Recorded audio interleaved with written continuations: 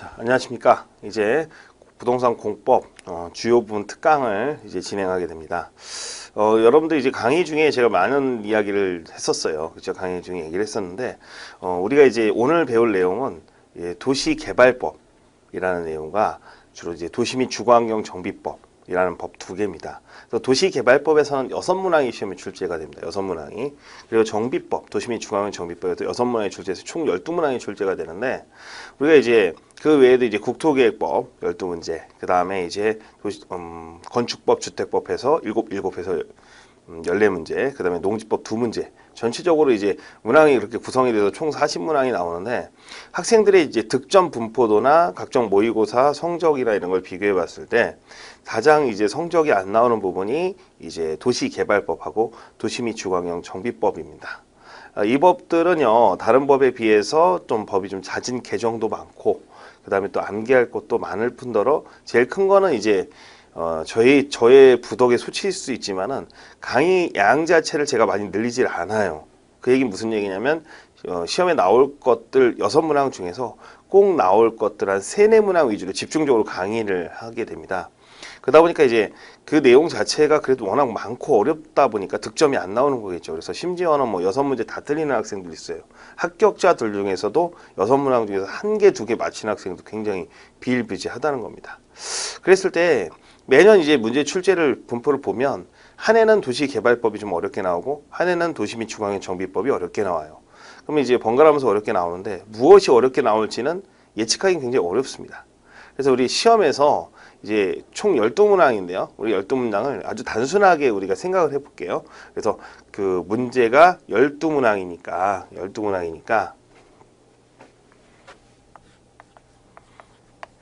그러니까 12문항 중에서 예를 들어서 우리가 이제 상중하로 나눴을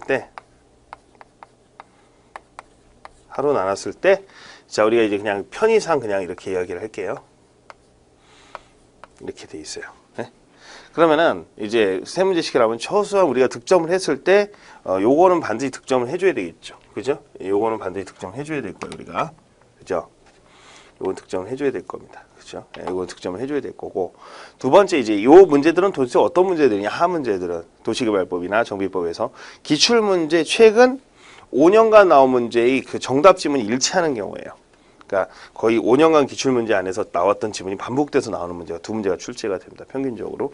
그러니까 항상 수업 시간에 강조하는 내용이겠죠. 네. 그다음에 나머지 두 번째 이제 중에 관계된 거는 이제 이런 겁니다. 이제 최근에 이제 개정된 부분들 뭐라고? 그러니까 기존의 기출문제가 이제 나오는 경우, 기존의 그죠? 기존의 문제가 그냥 나오는 경우예요. 그렇죠? 예, 나오는 경우. 두 번째 중은 기존의 문제는 문제가 되지만 최근에 이제 개정된 내용을 섞어서 그죠? 개정된 내용을 섞어가지고 이제 여러분들이 이제 개정된 내용을 체크하지 못했을 경우에 출제될 수 있는 부분들 이런 부분들이에요. 그럼 난이도 상은 뭡니까? 우리가 이제 법 시행령 시행 규칙이 있는데 뭐예요? 어떻게 한다? 지엽적인 부분에서 나오는 거죠. 지엽적인 부분에서. 지엽적이라는 건 뭐예요? 그죠? 구석구석에서 내버리는 거죠. 그래서 실질적으로 그래서 이 부분에 대해서는 평소 때 잘 안 나오는 부분이기 때문에 과감하게 이제 포기를 하는 게 좋아요. 포기를 하는 게 좋다. 시간 대비 이제 효과가 없으니까. 그러면 이제 어디다 포인트를 맞춰야 되겠죠? 그렇죠. 요 8문제에 포인트를 맞춰야 됩니다. 이 8문제 중에서 여러분들이 6문항만 득점하면 100% 합격할 수가 있어요.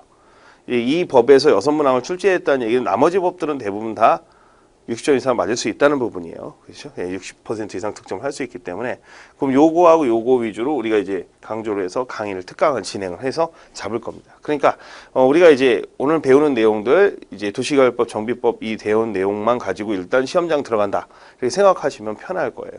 알겠죠? 네. 자, 그래서 중요한 이슈들이 있습니다. 그래서 이런 것들이 이제 시험에서 또 실제로 이제 기출이 어떻게 되는지 또 확인해야 되지 않겠어요? 그래서 제가 각 법마다 우리가 이제 도시개발법을 강의를 하면 개발법을 갖다가 이제 이론 설명을 하면서 자, 이론 설명하면서 이제 나중에 이제 그 이론 설명이 마지막 됐을 때는 이제 기출문제를 풀어볼 거예요. 기출문제를 이제 풀이를 해볼 겁니다. 그래서 좀 잘 나왔던 문제를 한번 확인해 볼 겁니다. 여러분들이 어떻게 이제 학습을 해서 점수를 득점해야 되는가? 무엇이 어떤 문제가 시험에 나오는가? 물론 여러분들 중에서 공부를 열심히 했던 분들은 다 알 수 있겠지만요. 그래서 우리는 뭘 할 것이다? 이제 이론 설명과 기출문제를 연결할 겁니다. 그래서 그렇게 해서 문제를 푸는 스킬을 제가 또 알려드릴 거예요. 그래서 스킬, 기술적인 부분을, 스킬을, 문제풀이 스킬을 좀 알려드릴 겁니다. 자, 그래서 이제 그러다 보면 도시개발법이 잘 모르겠지만 시험 문제가 이런 식으로 나오는구나 이렇게 또 배울 거예요. 똑같이. 그래서 우리가 이제 강의를 할 때는 보통 이론 설명은 한 2시간 정도 하고 2타임 정도 하고 그다음에 문제풀이를 같이 할 수도 있고 중간중간에 문제를 풀어다가 집어넣을 수도 있어요. 그래서 마찬가지로 이제 정비법도 도시 및 중앙형 정비법도 도시정비법도 그렇죠? 이론 설명 기출문제풀이 이런 형태로 취하게 될 겁니다. 알겠죠? 그래서 제가 이제 문제를 이제 자료를 이제 나눠드리는데 우리가 이제 자료를 보시면은 이제 도시개발법에 있는 자료가 2개가 있어요. 그래서 이제 2개가 있고 그렇죠? 기본적으로 근데 정비법에 하나의 자료가 이제 보여주는 게 있어요. 이제 그 프린트물이 있는데 여러분들 그 게시판이나 저희가 보시면 요 부분들이 다 있어요. 그 표가 체계도표가 있어요. 그걸 들고 다니면서 공부하시면서 보시면 제일 빨라요. 그 다음에 이제 요 일반 자료 말고 플러스 문제가 이제 한두 문제 정도 그렇죠? 들어가 있어요. 보통 이제 확인학습을 하기 위한 문제고 요거를 이제 나중에 풀고 나서는 정리하면 필요 없겠죠. 그러나 이제 여기 자료들은 한 번씩 다시 한번 복습을 반드시 해주시는 게 좋다라는 거 이렇게 정리를 하도록 합니다. 그래서 여러분들이 이제 앞으로도 공부를 할 때 그렇죠. 도시개발법 정비법은 이 정도 범위 안에서 일단 공부해 놓으면 적어도 요 정도에 있는 득점들은 대부분 할 수가 있다라는 거죠. 그렇죠? 예, 됐습니다. 자, 그러면 우리가 이제 판서를 많이 하면 여러분들이 좀 힘들 수 있는데 일단 기본적으로 이제 도시개발법의 체계가 뭐냐라는 부터 먼저 설명해 보면 우리가 여러분들 수업 시간에 많이 설명했지만 결국은 도시개발법이라는 건 뭘 만드는 거예요? 그렇죠? 신도시를 만드는 거죠. 신도시. 그렇죠? 신도시를 만드는 거예요. 신도시를 만드는 절차법이라고 그랬어요. 자, 이제 무슨 얘기냐 보겠습니다. 자, 기존에 있었던 도시가 인구가 너무 많아서, 그렇죠? 인구가 너무 많아가지고 이제 주택난, 전세난이 심각해집니다. 전세난이 심각해져요. 그러면은 뭐가 있어야 돼요? 우리 부동산 학교에서 배웠죠? 대체제가 필요하겠죠. 그럼 대체제가 필요하니까 도시가 아닌 도시 외곽 지역에 이제 시골이 도시 외곽에 이제 시골에 관리 지역이나 이런데 그죠? 한 400가구, 200가구 사는 지역이 있어요. 이런 데들 이제 주민들이 있는 가구들 갖다가 여기를 다 밀어버리고 아파트를 짓는 거죠. 이게 도시개발법이에요. 그러니까 도시가 아닌 곳을 갖다가 도시로 만드는 걸 뭐라고 한다? 도시개발법이라고 하는 거죠. 그러니까 앞으로 도시개발법 그럼 우리가 머릿속에 상상을 하는 거예요. 어떻게? 그냥 사람들 우리는 어디로 갈란 말이냐 조상대들 지켜온 땅 그 토지 LH 공사는 각성하라 이런 거 나오지 않습니까? 거기가 이제 신도시 만드는 곳이다 생각하면 되는 거예요. 빨간띠 두르고 으쌰으쌰 하는 지역이 그렇다는 거예요. 그러면 이제 여기서 도시를 개발하는 방식이 있을 거 아니에요. 방식 패턴이 있는데 여기서 시험 문제가 이제 도시개발법에서 한 2문항 정도가 출제가 돼요. 근데 큰 방식 중에 방식이 크게 이제 무슨 방식이냐면 수용 방식이 있어요. 수용 방식. 그 다음에 두 번째가 환지 방식이 있습니다. 그런데 여러분들 우리 그 프린트 6페이지에 보면은 이제 거기 그림이 나와 있어요. 수용 방식 하면서 A 이렇게 돼 있죠. 6페이지에 첫 번째 프린트 보면 그 그림에 보시면은 이제 다 나와 있죠. 그림이 자세히 나와 있는데 자, 수용 방식에서 그래서 얼마면 돼? 이렇게 돼 있어요. 얼마면 돼? 이렇게 돼 있죠. 그리고 거기 보면 수용 방식의 그림은 A, B, C, D, E, F, G, H, I라는 땅들이 어떻게 돼 있습니까? 되게 꾸불꾸불 돼 있죠. 그걸 갖다가 이랬던 그녀를 그죠? 이랬던 부분을 갖다가 이렇게 해서 이렇게 정리해 주는데 이렇게 소유주들이 있었던 걸 다 정리해서 어떻게 합니까? 이렇게 되죠. 그래서 이렇게 정리를 하는 거예요. 그러니까 도로도 뚫고 토목공사도 하고 산도 밀어버리는 거죠. 시골집들 다 없애버리고. 그런데 여기서 이제 얼마면 돼가 뭐냐면 이 사업 시행자가 얘네들한테 토지 보상금을 주는 거예요. 감정평가 업자 2명이 와가지고 이제 감정평가 해가지고 뭡니까? 돈을 주고 내쫓아버리는 거고 왜? 그 다음에 강제로 수용한다 그러잖아요. 그래서 밀어버리고 가버리는 게 뭐다? 수용 방식입니다. 그러면 시간은 어때요? 다 밀어버리고 돈 주고 나가니까 시간은 조금 들겠죠. 그러니까 거기 뭐예요? 시간은 조금 든다. 그죠? 돈 주고 하니까. 비용은 어때요? 토지 매입 비용이 많이 드는 거죠. 그리고 이 사람들은 원주민들은 뭐예요? 쫓겨나는 거죠. 수용 방식입니다. 그래서 보통 수용 방식으로 대부분의 사업을 합니다. 그래서 보통 보면 집단적으로, 자, 집단적으로 토지를 갖다가 할 때는 뭐예요? 수용한다 그래요. 시험 문제가 나왔을 때 집단적으로 했을 때는 환지한다 그러면 안 돼요. 그래서 외우실 때는 어떻게 외우신다? 자, 포로 수용소의 집단 뭐예요? 뭐 했다? 수용하였다. 이렇게 외우시면 편하죠? 네. 그럼 환지 방식에 대한 이야기를 좀 해볼게요. 자, 환지 방식. 요 그림 그대로 밑에 환지 방식은 뭐냐면, 얼마면 돼요? 나가 있어요. 나가 있어죠. 똑같은 그림입니다. 근데 여기서 재밌는 게 뭐냐면, 여기 있는 토지주들이 있을 거 아니에요? ABC라는 토지주들이 생각해 보니까 자기들이 직접 토지를 개발할 수도 있겠다라고 생각하는 거예요. 알겠죠? 그래가지고, 나가 있어요. 그죠? 여기서 잠깐 이 사람들이 나가서 이 토지를 담보로 해가지고, 토지를 담보로 해서 이제 이 토목공사 비용을 치르고 이 땅을 갖게 되는 거죠. 그러면 토목공사 비용은 어떻게 나중에 부담을 하게 되느냐? 자, 우리가 토지가 요 땅이요, 도시 정비가 돼서 이렇게 정리가 되면 시골이 서울이 돼버리면 어떻게 돼요? 도심지가 되면 땅값이 올라버리죠. 그러면 여기서 이제 A, B, C, D가 땅을 갖게 되는데 이 나머지 땅들이 있을 거 아니에요. 이 나머지 땅들을 팔아서 이 사업을 충당하는 거예요.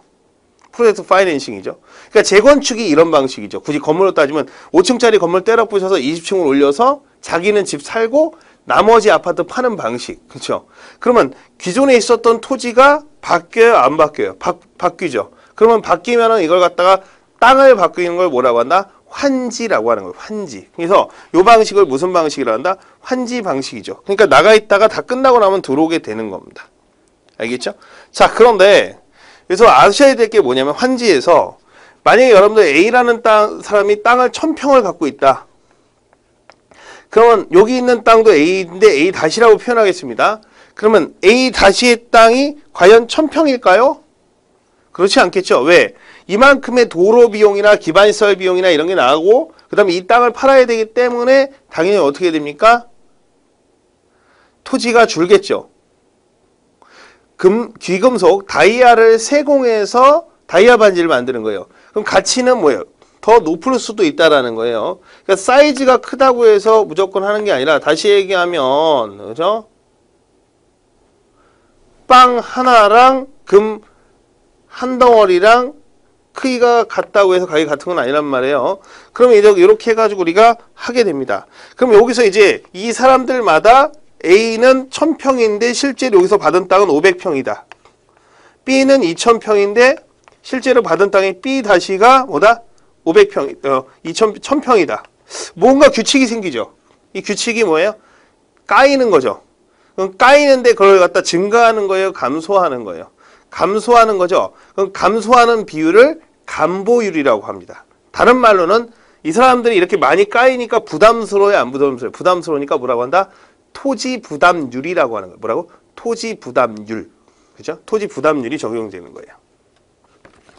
자, 그러면 여기서 이제 우리가 수용에 대한 이야기를 좀 더 해보면요. 자, 수용은요, 되게 시험 문제가 되게 편한데, 그럼 수용이 다 끝났어요. 그럼 수용이 다 끝나가지고 이제 수용 방식으로 해서 땅이 이렇게 생겨요. 그럼 도시계획을 해가지고 어떻게 하냐면 여기는 이제 임대주택, 상업용지도 있을 거고 주거용지도 있을 거고 쭉 나와 있을 거죠. 그러면 이걸 갖다가 조성토지를 갖다가 뭐예요? 공급해야죠. 이 땅을 팔아먹어야 될 거 아니에요. 이것들을 이렇게 해서 팔아야 되니까 이제 파는 방식이 있어요. 그래서 원칙적으로는 판매 방식이 경쟁 입찰 방식입니다. 경쟁 입찰 방식. 특히 상업용지는 경쟁 입찰. 그러니까 경쟁 입찰인 건 뭐냐면 여기서 감정가가 평당 1000만 원이다. 그러면 이제 A라는 사람은 뭐예요? 1500 내고 B라는 사람은 난 2000까지 낼 수 있다. 그럼 뭐예요? 공부 잘하는 애가 뭐예요? 1등 하는 것처럼 경쟁 입찰을 붙이는 거죠.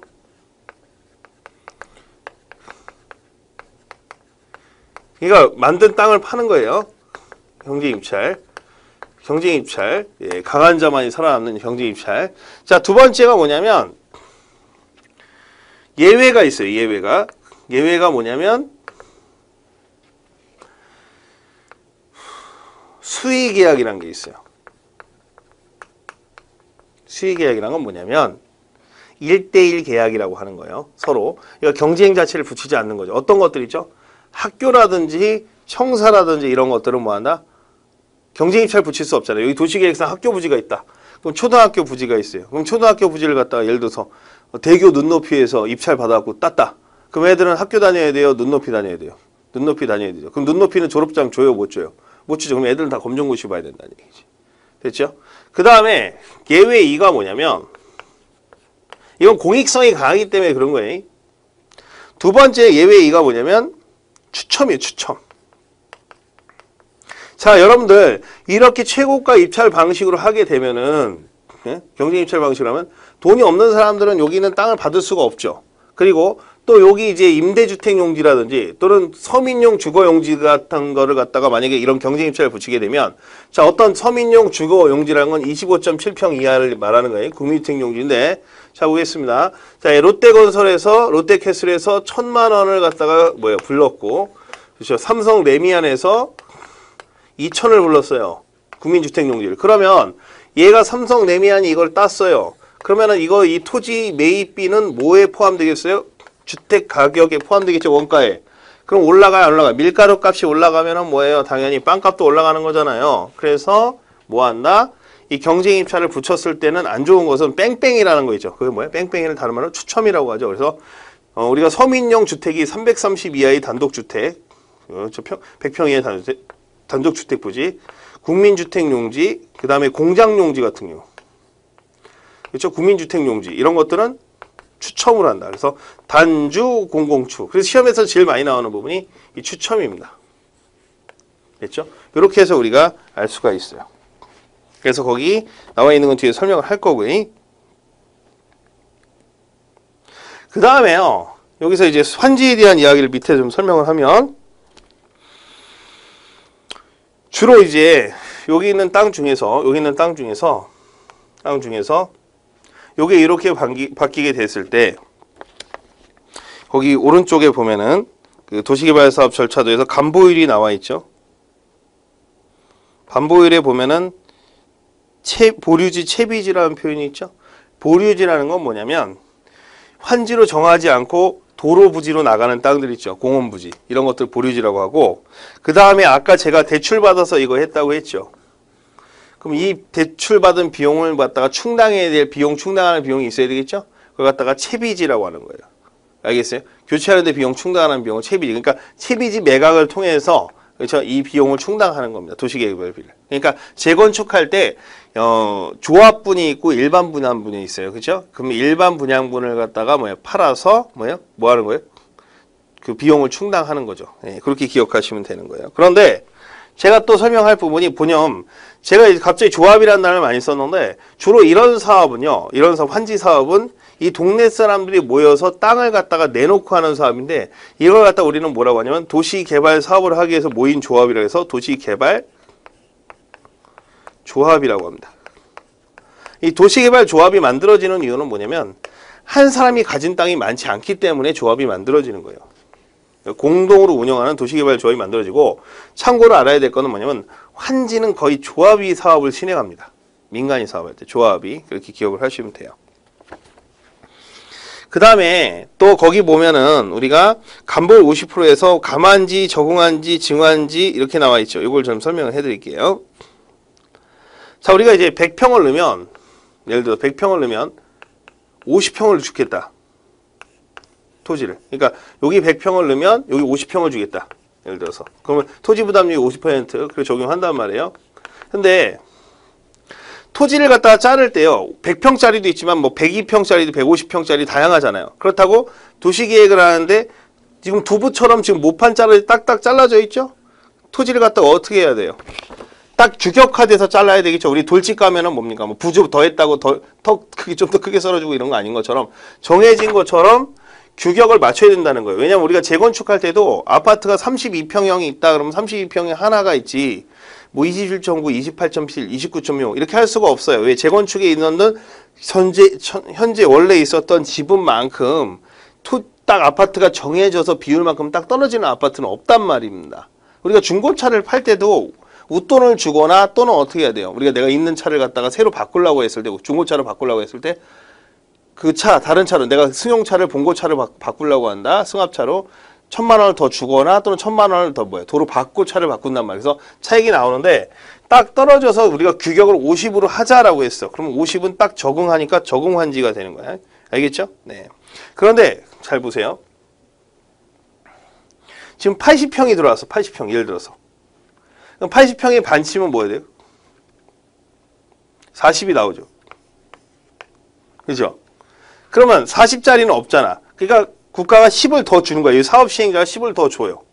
10을 더 주고 나중에 시값만큼은 뭐야? 이게 다 사업 끝나고 나서 뭐예요? 돈으로 갚아라 그러는 거죠. 그렇죠? 예. 그래서 이걸 증환지라고 합니다. 증환지. 환지가 늘어났다 해서 증환지. 그럼 나중에 이제 이거는 다 사업 끝나고 나면 청산금을 갖다가 내야 돼요.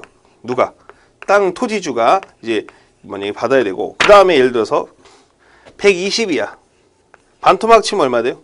60이죠. 근데 60인데 60짜리는 뭐야? 만들 수가 없다는 거야. 50이면 50이고 100이면 100이니까. 만약에 이 사람이 200이면은 뭐야? 50짜리 2개 주면 되잖아요. 그렇죠? 그래서 그때는 마이너스 10을 합니다. 마이너스 10을 한다는 얘기는 나중에 이 돈을 돈으로 준다는 거예요. 땅값을 일부를. 그래서 이걸 증환지야 감환지야? 감환지가 됩니다. 그러면 나중에 청산금을 얘는 뭐 해야 돼요? 교부 청구권이 있어. 그러니까 그 사업 시행자에게 나 돈 주세요. 그래서 이건 청산금을 교부해 달라고. 교부 청구권이 발생한다고. 돈 주세요라고. 청구권이 발생하는 거예요. 근데 내가 이제 예를 들어서 여러 가지가 있는데 환지 부지정되는 경우가 있거든요. 이게 설명을 잘 들어야 돼요. 이 토지줄 중에서는 아들이 미국 가 있어. 아버지 땅 팔고 오세요라고 한단 말이야. 그럼 자기는 미국 가야 돼. 그러면 어떻게 해야 돼요? 자기가 신청하는 거죠. 신청에 의해서 난 미국 가요. 미국. 그래서 신청에 의한 뭐야? 환지 부지정이 되는 거죠. 그렇죠. 됐습니까? 네. 신청에 의한 뭐다? 환지 부지정이 되는 거고. 그 다음에 여기 있는 땅이 너무 작아요. 너무 작으면 만약에 여기서 뭐 10이다. 그럼 얼마 줘야 돼요? 40 증환지를 해줘야지 50이 나올 거 아니에요. 그러니까 너무 작았을 때는 이제 그냥 현금으로 청산해요. 그래서 이건 과소토지라고 그래요. 너무 적어서. 그래서 직권 부지정. 직권이라는 건 이제 조합이 알아서 상대방이 신청이 없어도 뭐야? 부지정한다 그래. 이렇게 되는 거예요. 알겠죠? 네. 자, 그런데 또 하나 또 설명할 부분이 있어요. 근데 알아야 될 게 이 땅이 너무 애매해. 막 30, 40 그래요.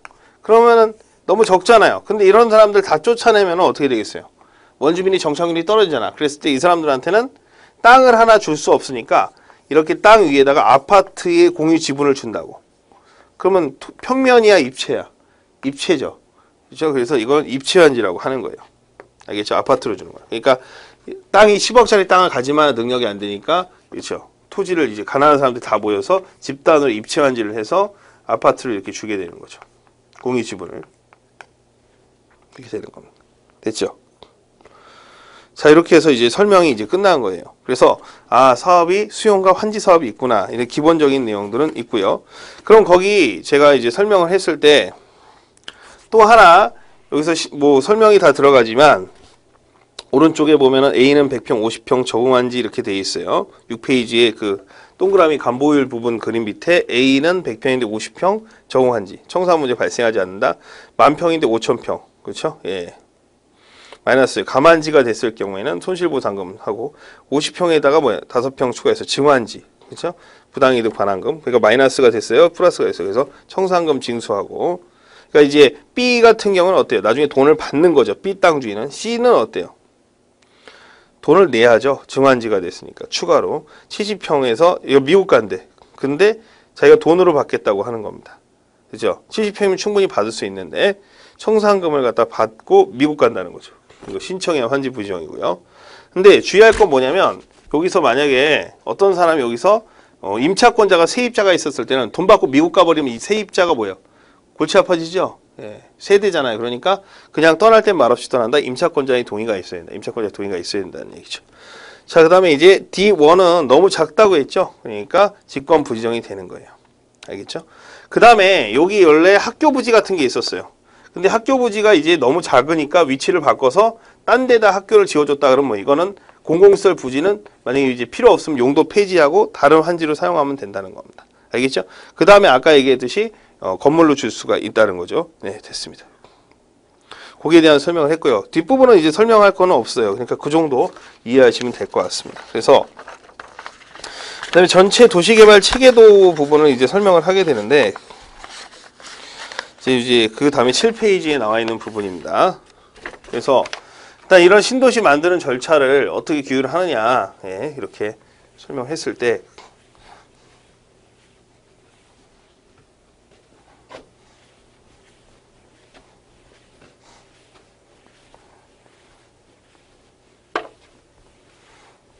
자세하게 이제 설명을 좀 해보면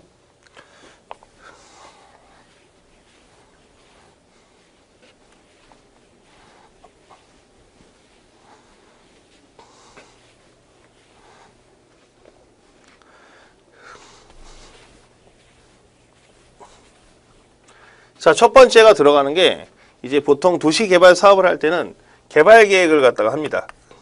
어디를 개발할까? 개발계획을 수립합니다. 개발계획을 짜는 거예요. 어디에다 신도시를 만들까? 위치를 어디로 할까? 분당으로 할까? 어디로 할까? 그래서 개발계획을 하고 그 다음에 이제 구역을 지정합니다. 어디에다 할지를 자리를 잡는 거예요. 자, 그 다음에 이제 구역이 지정이 됐으니까 여기서 하자. 그러면 뭐 해야 돼? 여기서 누가 했는지 시행자를 지정하는 거죠. 업자를. LH공사가 할지 시행자를 지정하는 겁니다. 이 시행자가 무슨 계획을 짜냐면 나 이렇게 사업할래요 라고 하는 실시계획이라는 걸 짜요. 뭐라고? 실시계획. 그러니까 시행자가 따는 게 뭐예요? 실시계획이죠. 그래서 이걸 갖다가 뭐예요? 인가를 받습니다. 인가. 그렇죠? 인가했다고 받고 고시하죠. 그러면은 이제 우리가 방식이 뭐가 있었어요? 수용, 그렇죠? 환지 뭐 이런 것들이 있잖아요. 그렇죠? 그러면 수용으로 가게 되면 그냥 인가를 받으면 사람들 착수해서 공사하고 공사 다 끝나면 준공해서 준공이라는 건 토지가 다 조성됐다는 거예요. 그 다음에 처분하면 돼요.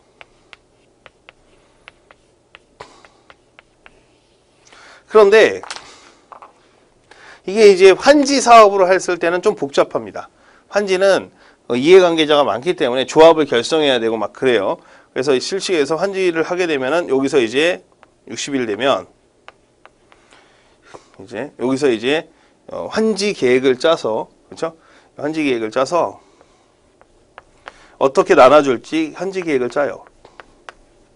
계획을 짜서 이제 환지 계획을 갖다가 누구한테 인가받냐면 시장군수한테 인가를 받아요. 인가를 받고 인가라고 도장을 받고 거기에 따라서 이제 토목공사를 시작하는 거예요. 여기서 환지 계획은 누구는 누구한테 땅을 나눠주고 누구는 누구한테 땅을 나눠주고 해서 환지 처분이라는 걸 합니다.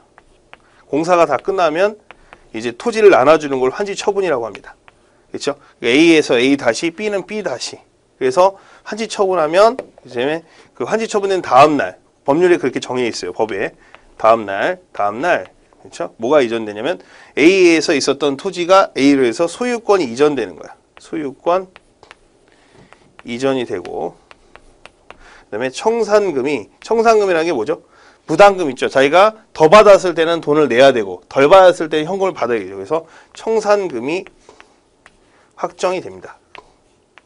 그래서 시험 문제에서는 이 부분에 대한 설명을 좀 더 할 건데 자, 그러면 이제 도시 개발에서 구역 지정을 하는데 구역 지정을 하면은 효과가 어떻게 되냐면 이 효과가 시험에 잘 나오는데 이 구역이 지정이 됐다. 신도시 예를 들어서 이 지역이 이제 도시개발구역을 지정이 됐다란 말이에요. 그러면은 이게 이제 그 국토의 계획 및 이용에 관한 법률상 이 구역을 갖다가 이제 앞으로 도시가 될 지역이에요. 만약에 농림지역이라고 해도 여기는 도시로 의지해요. 도시지역으로 의지합니다. 도시 의지한다는 건 도시라고 치자. 앞으로 신도시가 어차피 될 거니까. 그 다음에 여기를 갖다가 이제 도시계획을 해야 되니까 작은 도시계획을 지구단위 계획구역으로 지정된 거로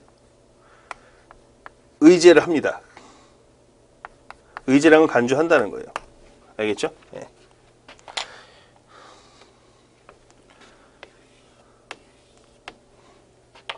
근데 다만 주의할 건 뭐냐면 이 지역이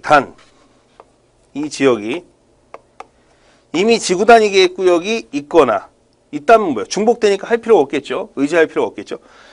그 다음에 취락지구라는 특수성이 있는 지역일 때는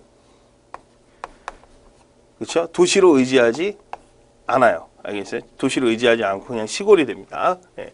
그러니까 넘어간다, 안 넘어간다? 안 넘어간다는 거예요. 그렇죠?